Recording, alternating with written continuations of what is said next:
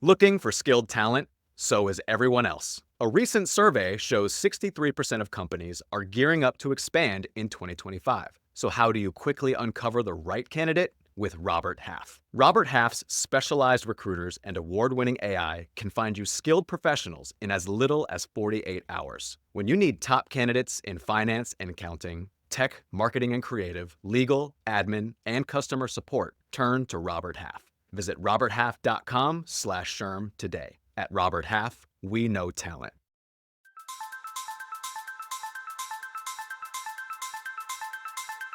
Welcome to the AI+HI Project. I'm Nichol Bradford, SHRM's Executive in Residence for AI+HI. Thanks for joining us. Each week, we sit down with visionaries from the worlds of business, technology, and HR to provide you with deep insights, actionable strategies, and practical advice for harnessing the transformative potential of artificial intelligence combined with human ingenuity. This week, we're exploring exponential organizations, culture, and how leaders can successfully transition their organizations to AI-enabled enterprises.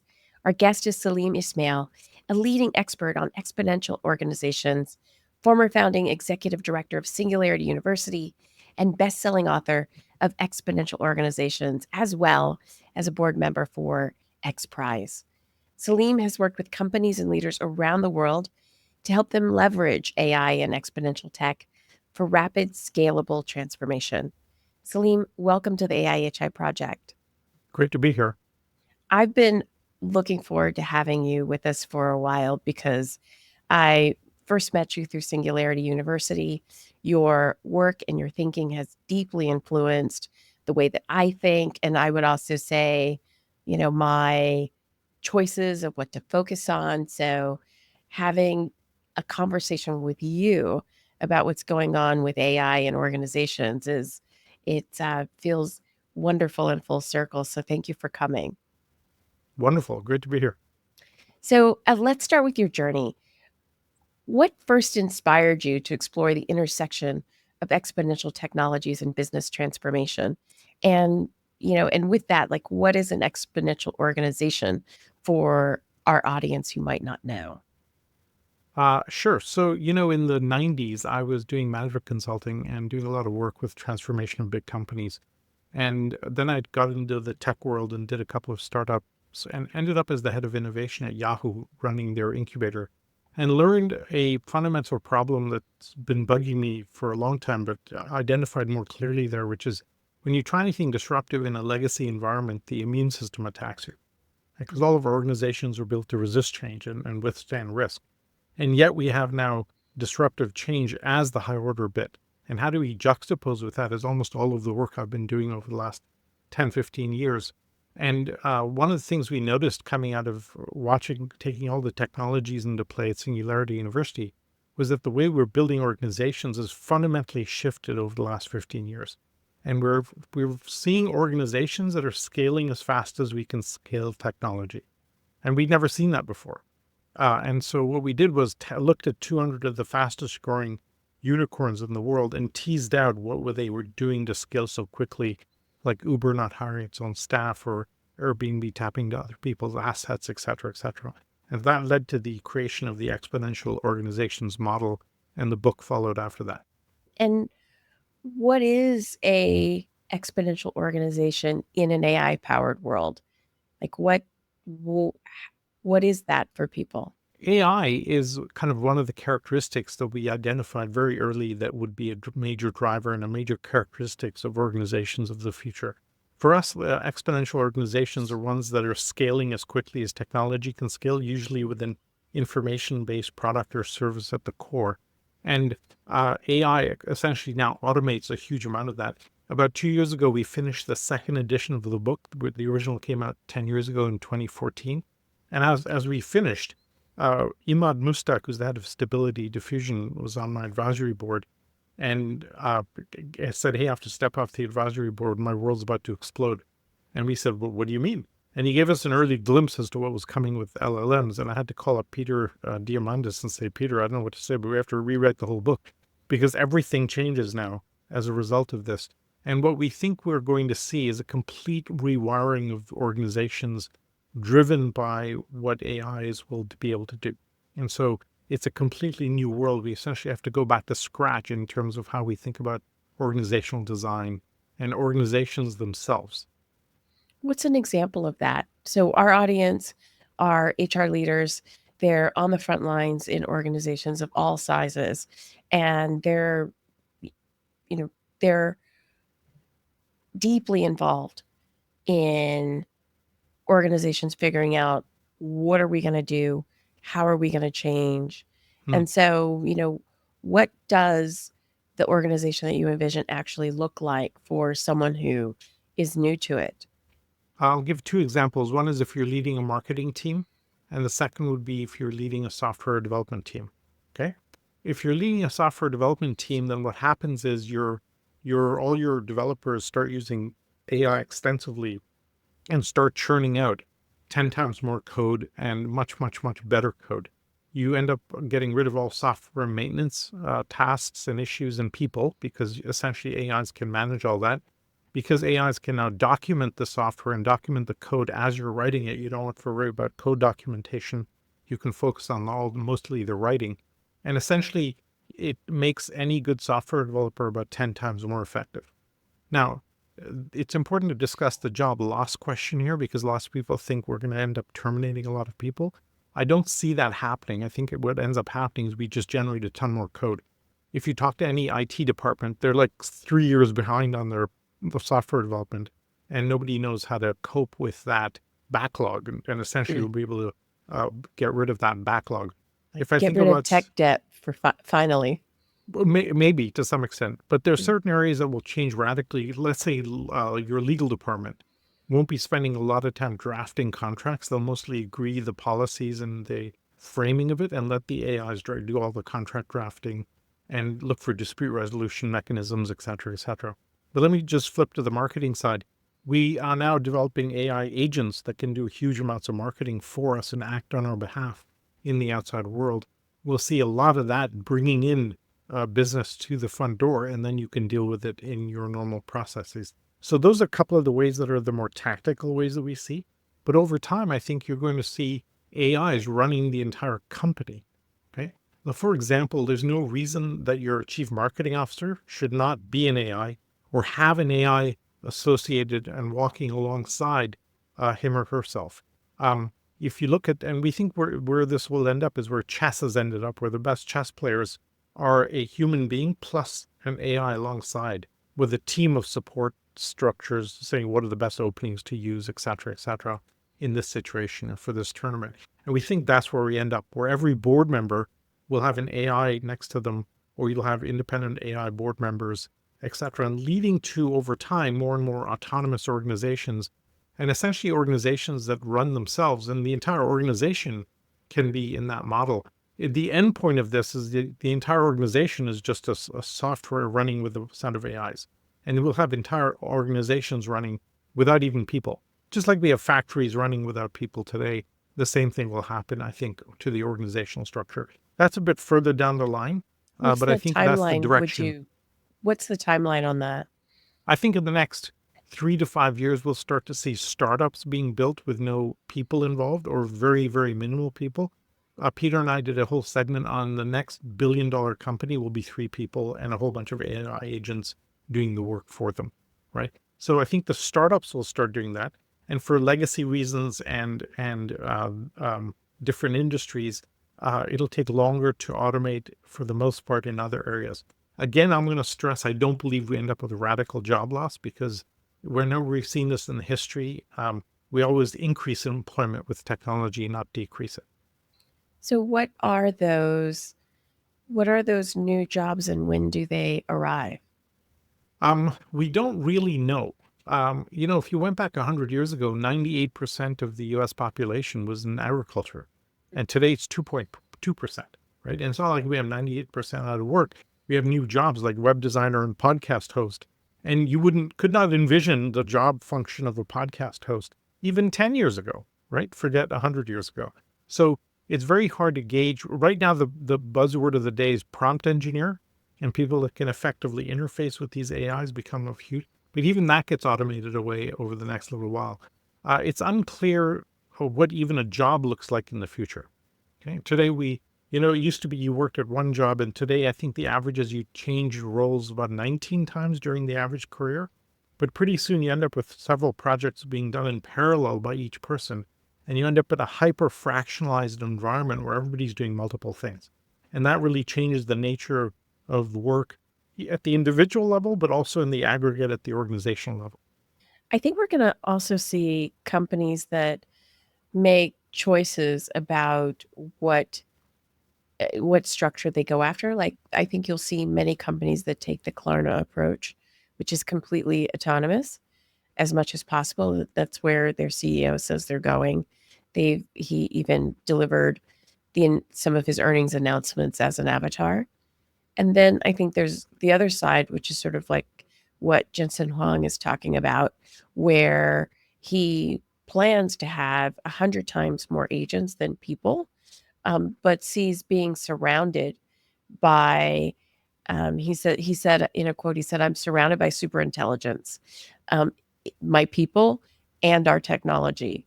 And those two things together make me feel very ambitious." And so, NVIDIA consistently is a great place to work and is known for having a very outcomes oriented culture, in that everybody knows what they're doing, but there's a great deal of trust. And so, the way it was described to me is that the people are able to be fierce because they have so much trust in what they're doing and they have such a big vision. And so, he has said, "I never expect to be replaced." He's like, "I'm not thinking about it. We're just going to do more together." And so I think you're going to see, different variations along a line of what companies choose to do. I mean, the big question for everyone is like, what is the timeline? Because today we have people in organizations and they're trying to figure out how to use this technology, how to leverage it, how to collaborate with it, and what that looks like. And so I think that actually leads us to the next question, which is about human and AI collaboration. And so, for this co-working in organizations, how do you see it? How do you see AI enhancing decision making, creativity, and problem solving of instead of replacement? Yeah. So in terms of, let me use government as a weird sidestep just to analyze this, right? You have two functions in government. One is formulating policy, and the second is then policing and enforcing that policy, right? And I think where you'll see AI encroach first is in the enforcement of policy. For example, if you're at a DMV and somebody has to prove they're 18 years old, well, an AI can figure that out today, right? We have lots of ways of doing strong authentication and navigating a lot of the authentication the government does. Do you have a building permit, or do you have a fishing license? Are you 18 years old? Do you have a driver's license? All of those questions get kind of increasingly handled more easily by AIs, which can scale. The policy formulation starts to become the more interesting aspect. And I think in terms of, okay, at what point should we allow people to drive, or how many people should we allow to have this type of building permit? That policy aspect will be handled more and more by human beings for the time being, but those increasingly get assisted by AI. If I bring that into a corporate or a company context, you end up with the same general framework. I mentioned the legal department, which would in the future be dictating more around legal policy and what the risk tolerance is on how much they want to bear. And then an AI will draft contracts and handle everything else to the extent and to following the guidelines that have been laid out. Over time, even then, you'll be able to say, okay, I'm trying to do this type of legal relationship between, say, Uber and its drivers. What's the right level of risk I should take on to optimize the comfort and safety of the drivers versus revenues for myself? And you'll have that tension navigated by AI and calculated by AI in a much more formulaic way. Where I think the biggest opportunities are at the highest levels, where if you're formulating, say, company strategy today, if you're a human being, you're honestly just guessing, right? You're basically just going, I think we should spend more time on that industry or that industry. And today you'll be able to have an AI kind of go, you know what, I've run a bunch of numbers. I've run 16 different models in parallel. Here's the right thing to do. And then you'll just go, oh, well, that's it then, and we'll just follow that path. I think that becomes the way in which we start interfacing more and more with AI as time goes by. A couple of weeks ago, I interviewed Dr. Patty Mays from MIT, and she's old school AI, with Minsky, and has been really focused on the human side of AI for her career. And one of the things that they've been doing is uh, with EEG, observing what's actually happening in the brain when people are using AI. And one of the interesting things was, certainly you can tell when people are autopiloting, when they're not bringing their point of view into an interaction with a AI system. But one of the points was that sometimes people think they're co-piloting, and from a brain standpoint, they're actually autopiloting.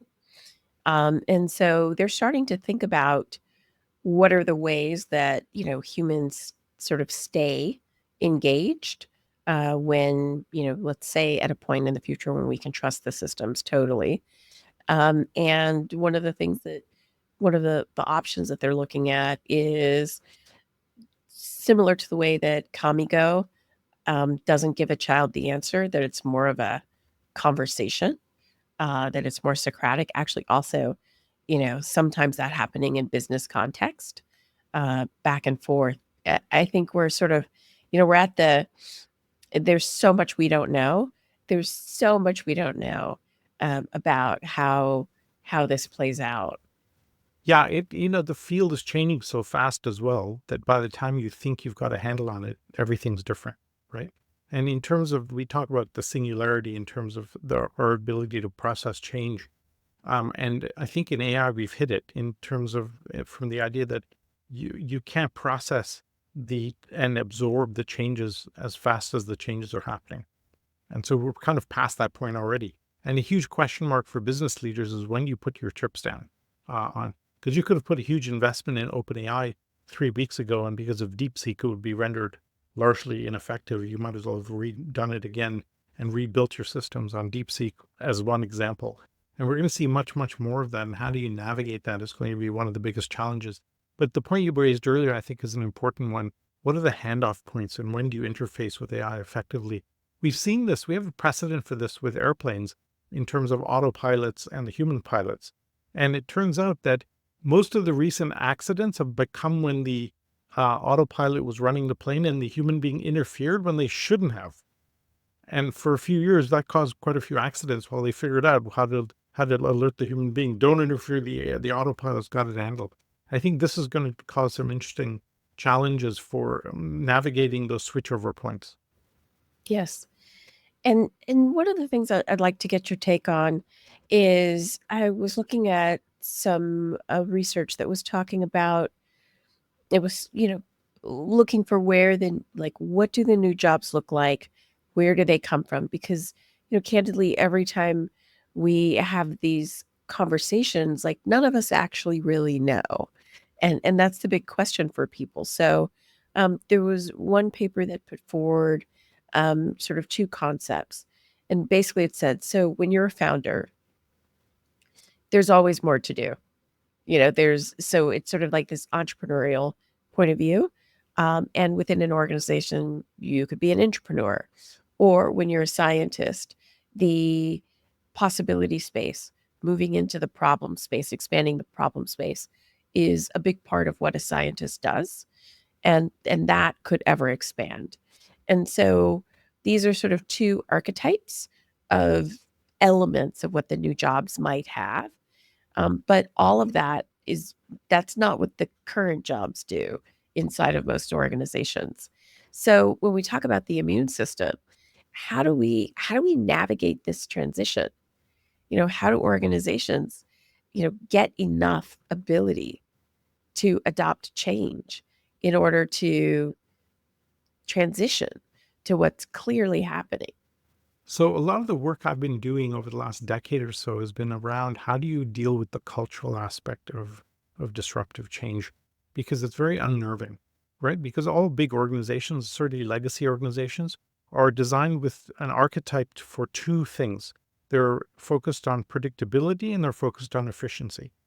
And those are the two major drivers of how you organize in any big company. Except today, that doesn't work. You don't know what customer supply chains to have to deliver some product to customers that you don't understand fully their needs. And those customers are changing radically as we speak. So today, your heuristics and your guidance needs to be on how to be more adaptable, flexible, etc.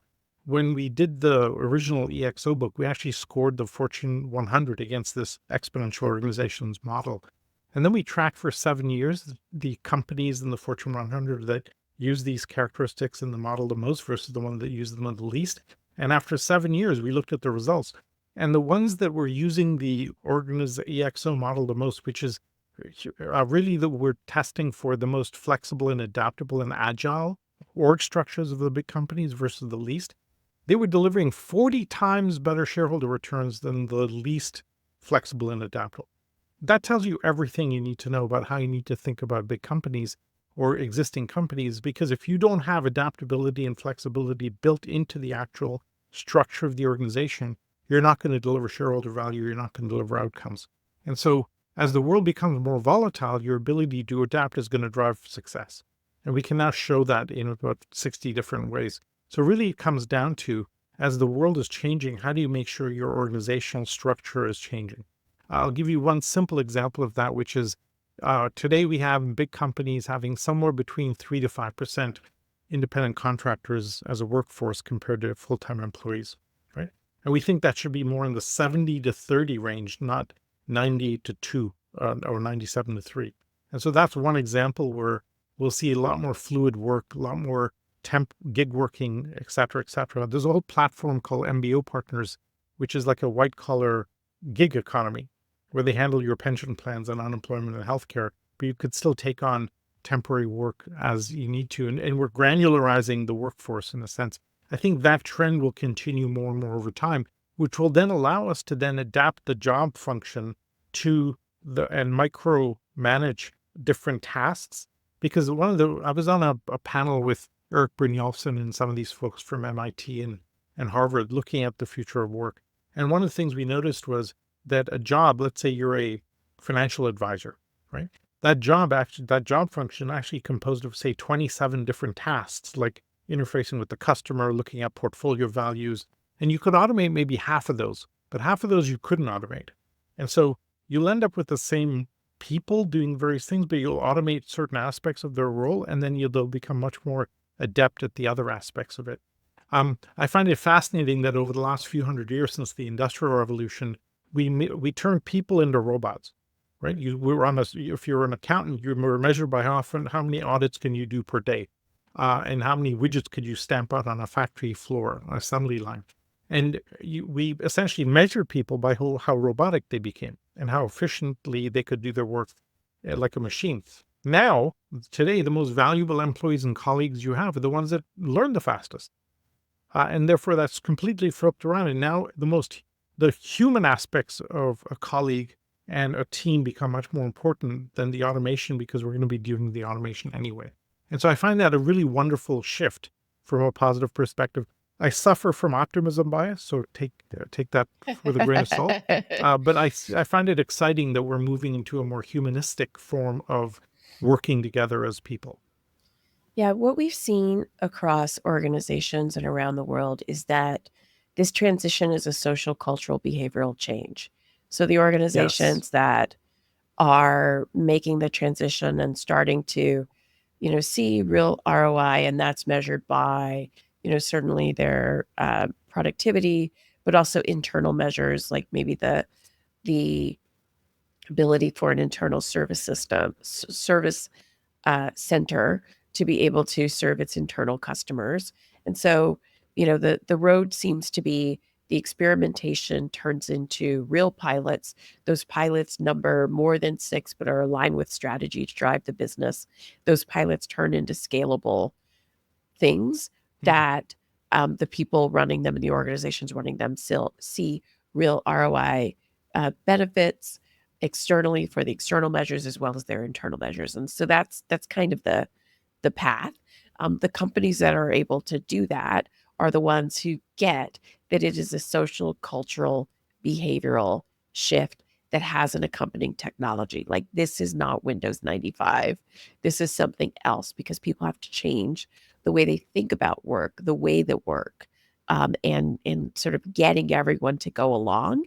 It has a lot to do with the state of the immune system, um, and also, what the history and legacy of that company in their ability to adapt and change. And even there was a Stanford study on culture and AI, or culture and change with an AI twist.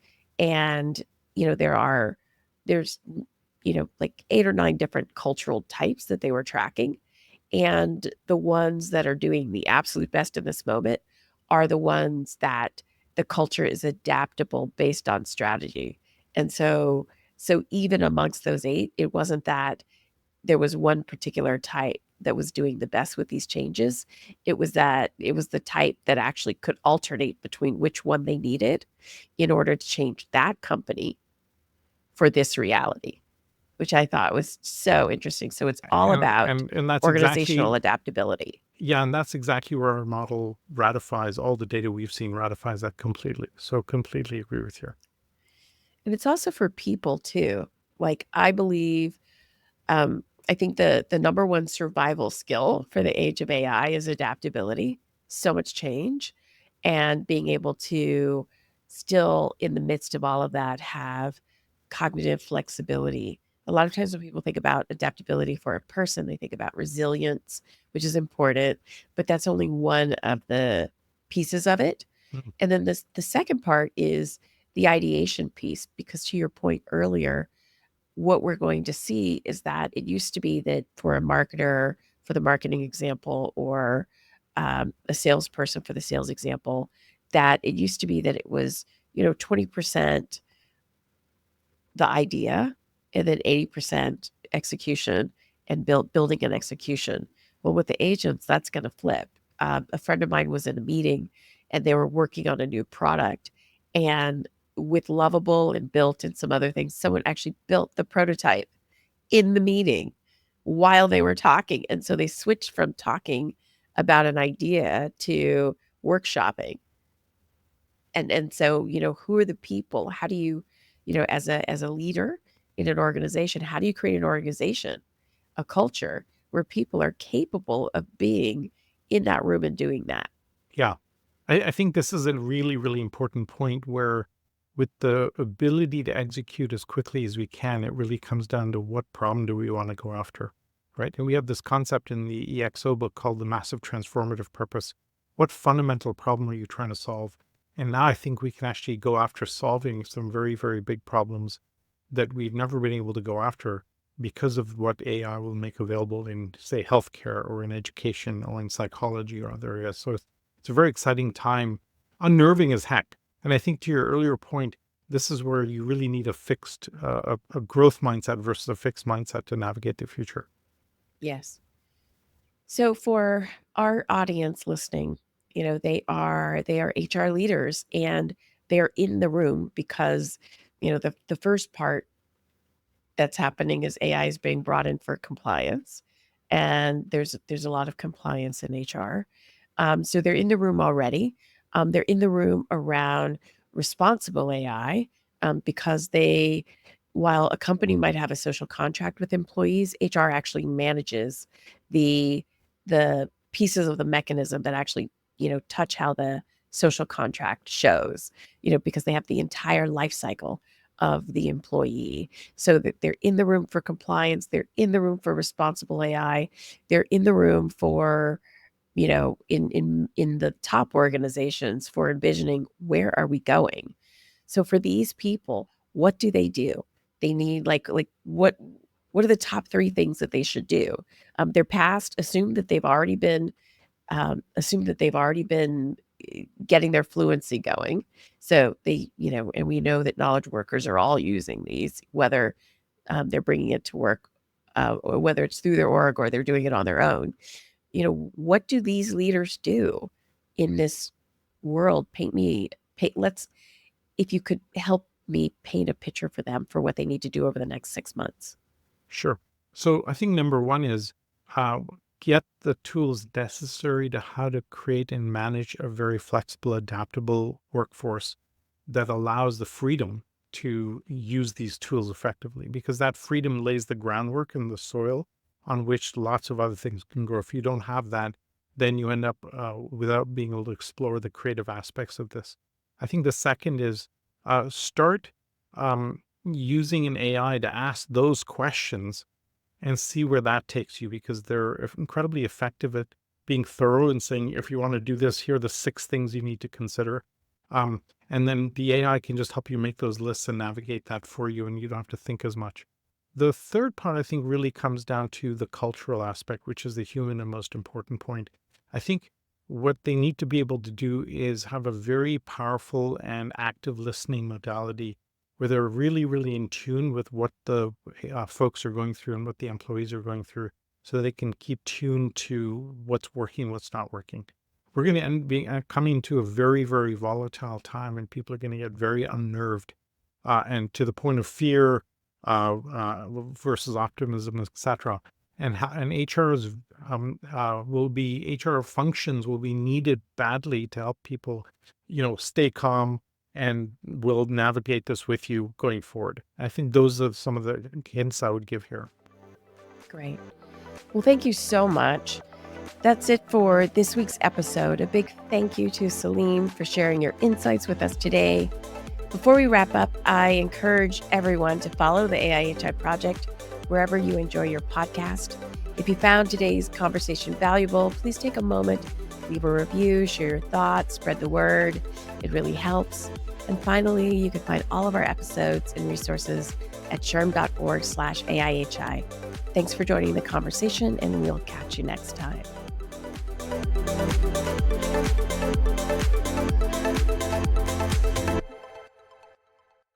Hiring? Let Robert Half's specialized recruiters and award-winning AI find you skilled candidates in as little as 48 hours. Visit roberthalf.com/SHRM today. At Robert Half, we know talent.